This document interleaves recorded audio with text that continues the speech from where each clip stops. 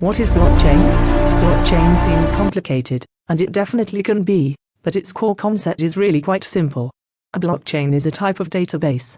To be able to understand blockchain, it helps to first understand what a database actually is. A database is a collection of information that is stored electronically on a computer system. Information, or data, in databases is typically structured in table format to allow for easier searching and filtering for specific information. What is the difference between someone using a spreadsheet to store information rather than a database? Spreadsheets are designed for one person, or a small group of people, to store and access limited amounts of information. In contrast, our database is designed to house significantly larger amounts of information that can be accessed, filtered, and manipulated quickly and easily by any number of users at once. Large databases achieve this by housing data on servers that are made of powerful computers. These servers can sometimes be built using hundreds or thousands of computers in order to have the computational power and storage capacity necessary for many users to access the database simultaneously. While a spreadsheet or database may be accessible to any number of people, it is often owned by a business and managed by an appointed individual that has complete control over how it works and the data within it. So how does a blockchain differ from a database? Storage structure. One key difference between a typical database and a blockchain is the way the data is structured. A blockchain collects information together in groups, also known as blocks, that hold sets of information. Blocks have certain storage capacities and, when filled, are chained onto the previously filled block, forming a chain of data known as the blockchain. All new information that follows that freshly added block is compiled into a newly formed block that will then also be added to the chain once filled. A database structures its data into tables, whereas a blockchain, like its name implies, structures its data into chunks that are chained together. This makes it so that all blockchains are databases, but not all databases are blockchains. This system also inherently makes an irreversible timeline of data when implemented in a decentralized nature. When a block is filled, it is set in stone and becomes a part of this timeline. Each block in the chain is given an exact timestamp when it is added to the chain. Transaction process. Attributes of cryptocurrency decentralization. For the purpose of understanding blockchain, it is instructive to view it in the context of how it has been implemented by Bitcoin. Like a database, Bitcoin needs a collection of computers to store its blockchain. For Bitcoin, this blockchain is just a specific type of database that stores every Bitcoin transaction ever made. In Bitcoin's case, and unlike most databases, these computers are not all under one roof, and each computer or group of computers is operated by a unique individual or group of individuals. Imagine that a company owns a server comprised of 10,000 computers with a database holding all of its clients' account information. This company has a warehouse containing all of these computers under one roof and has full control of each of these computers and all the information contained within them. Similarly, Bitcoin consists of thousands of computers, but each computer or group of computers that hold its blockchain is in a different geographic location, and they are all operated by separate individuals or groups of people. These computers that make up Bitcoin's network are called nodes. In this model, Bitcoin's blockchain is used in a decentralized way. However, private, centralized blockchains, where the computers that make up its network are owned and operated by a single entity, do exist. In a blockchain, each node has a full record of the data that has been stored on the blockchain since its inception. For Bitcoin, the data is the entire history of all Bitcoin transactions. If one node has an error in its data, it can use the thousands of other nodes as a reference point to correct itself. This way, no one node within the network can alter information held within it. Because of this, the history of transactions in each block that make up Bitcoin's blockchain is irreversible. If one user tampers with Bitcoin's record of transactions, all other nodes would cross-reference each other and easily pinpoint the node with the incorrect information. This system helps to establish an exact and transparent order of events. For Bitcoin, this information is a list of transactions, but it also is possible for a blockchain to hold a variety of information like legal contracts, state identifications, or a company's product inventory.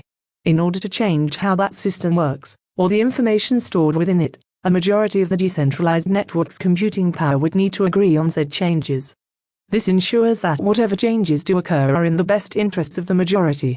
Transparency. Because of the decentralized nature of Bitcoin's blockchain, all transactions can be transparently viewed by either having a personal node or by using blockchain explorers that allow anyone to see transactions occurring live. Each node has its own copy of the chain that gets updated as fresh blocks are confirmed and added. This means that if you wanted to, you could track Bitcoin wherever it goes. For example, Exchanges had been hacked in the past, with those who held Bitcoin on the exchange lost everything. While the hacker may be entirely anonymous, the Bitcoins that they extracted are easily traceable. If the Bitcoins that were stolen in some of these hacks were to be moved or spent somewhere, it would be known. Is blockchain secure? Blockchain technology accounts for the issues of security and trust in several ways. First, new blocks are always stored linearly and chronologically. That is, they are always added to the end of the blockchain. If you take a look at Bitcoin's blockchain, you'll see that each block has a position on the chain, called a height. As of November 2020, the block's height had reached 656,197 blocks so far. After a block has been added to the end of the blockchain, it is very difficult to go back and alter the contents of the block unless the majority reached a consensus to do so. That's because each block contains its own hash, along with the hash of the block before it, as well as the previously mentioned timestamp. Hash codes are created by a math function that turns digital information into a string of numbers and letters. If that information is edited in any way, the hash code changes as well. Here's why that's important to security. Let's say a hacker wants to alter the blockchain and steal Bitcoin from everyone else. If they were to alter their own single copy, it would no longer align with everyone else's copy. When everyone else cross-references their copies against each other, they would see this one copy stand out and that hacker's version of the chain would be cast away as illegitimate. Succeeding with such a hack would require that the hacker simultaneously control and alter 51% of the copies of the blockchain so that their new copy becomes the majority copy and thus, the agreed-upon chain. Such an attack would also require an immense amount of money and resources, as they would need to redo all of the blocks, because they would now have different timestamps and hash codes. Due to the size of Bitcoin's network and how fast it is growing, the cost to pull off such a feat would probably be insurmountable. Not only would this be extremely expensive, but it would also likely be fruitless. Doing such a thing would not go unnoticed, as network members would see such drastic alterations to the blockchain. The network members would then fork off to a new version of the chain that has not been affected. This would cause the attacked version of Bitcoin to plummet in value, making the attack ultimately pointless, as the bad actor has control of a worthless asset. The same would occur if the bad actor were to attack the new fork of Bitcoin. It is built this way so that taking part in the network is far more economically incentivized than attacking it. Bitcoin versus blockchain. The goal of blockchain is to allow digital information to be recorded and distributed, but not edited. Blockchain technology was first outlined in 1991 by Stuart Haber and W. Scott Sterliter, two researchers who wanted to implement a system where document timestamps could not be tampered with. But it wasn't until almost 2 decades later, with the launch of Bitcoin in January 2009, that blockchain had its first real-world application. The Bitcoin protocol is built on a blockchain. In a research paper introducing the digital currency, Bitcoin's pseudonymous creator, Satoshi Nakamoto, referred to it as a new electronic cash system that's fully peer-to-peer, with no trusted third party. The key thing to understand here is that Bitcoin merely uses blockchain as a means to transparently record a ledger of payments, but blockchain can, in theory, be used to immutably record any number of data points. As discussed above, this could be in the form of transactions, votes in an election, product inventories, state identifications, deeds to homes, and much more. Currently, there is a vast variety of blockchain-based projects looking to implement blockchain in ways to help society other than just recording transactions. One good example is that of blockchain being used as a way to vote in democratic elections. The nature of blockchain's immutability means that fraudulent voting would become far more difficult to occur. For example, a voting system could work such that each citizen of a country would be issued a single cryptocurrency or token. Each candidate would then be given a specific wallet address, and the voters would send their token or crypto to whichever candidate's address they wish to vote for. The transparent and traceable nature of blockchain would eliminate the need for human vote counting, as well as the ability of bad actors to tamper with physical ballots. Blockchain versus banks. Banks and decentralized blockchains are vastly different. To see how a bank differs from blockchain, let's compare the banking system to Bitcoin's implementation of blockchain. How is blockchain used? As we now know, blocks on Bitcoin's blockchain store data about monetary transactions. But it turns out that blockchain is actually a reliable way of storing data about other types of transactions, as well. Some companies that have already incorporated blockchain include Walmart, Pfizer, Egg, Simmons, Unilever, and a host of others. For example, IBM has created its Food Trust Blockchain 1 to trace the journey that food products take to get to its locations. Why do this? The food industry has seen countless outbreaks of E. coli, Salmonella, Listeria, as well as hazardous materials being accidentally introduced to foods. In the past, it has taken weeks to find the source of these outbreaks or the cause of sickness from what people are eating. Using blockchain gives brands the ability to track a food product's route from its origin, through each stop it makes, and finally its delivery. If a food is found to be contaminated, then it can be traced all the way back through each stop to its origin. Not only that, but these companies can also now see everything else it may have come in contact with, allowing the identification of the problem to occur far sooner, potentially saving lives. This is one example of blockchains in practice, but there are many other forms of blockchain implementation. Banking and finance. Perhaps no industry stands to benefit from integrating blockchain into its business operations more than banking. Financial institutions only operate during business hours, 5 days a week. That means if you try to deposit a check on Friday at 6 p.m., you will likely have to wait until Monday morning to see that money hit your account. Even if you do make your deposit during business hours, the transaction can still take 1 to 3 days to verify due to the sheer volume of transactions that banks need to settle. Blockchain, on the other hand, never sleeps. By integrating blockchain into banks, consumers can see their transactions processed in as little as 10 minutes, to basically the time it takes to add a block to the blockchain, regardless of holidays or the time of day or week. With blockchain, banks also have the opportunity to exchange funds between institutions more quickly and securely. In the stock trading business, for example, the settlement and clearing process can take up to 3 days, meaning that the money and shares are frozen for that period of time. Given the size of the sums involved, even the few days that the money is in transit can carry significant costs and risks for banks. European bank Santander and its research partners put the potential savings at $15 billion to $20 billion a year. 3 Capgemini, a French consultancy, estimates that consumers could save up to $16 billion in banking and insurance fees each year through blockchain-based applications. Currency. Blockchain forms the bedrock for cryptocurrencies like Bitcoin. The US dollar is controlled by the Federal Reserve. Under this central authority system, a user's data and currency are technically at the whim of their bank or government. If a user's bank is hacked, the client's private information is at risk. If the client's bank collapses or they live in a country with an unstable government, the value of their currency may be at risk. In 2008, some of the banks that ran out of money were bailed out partially using taxpayer money.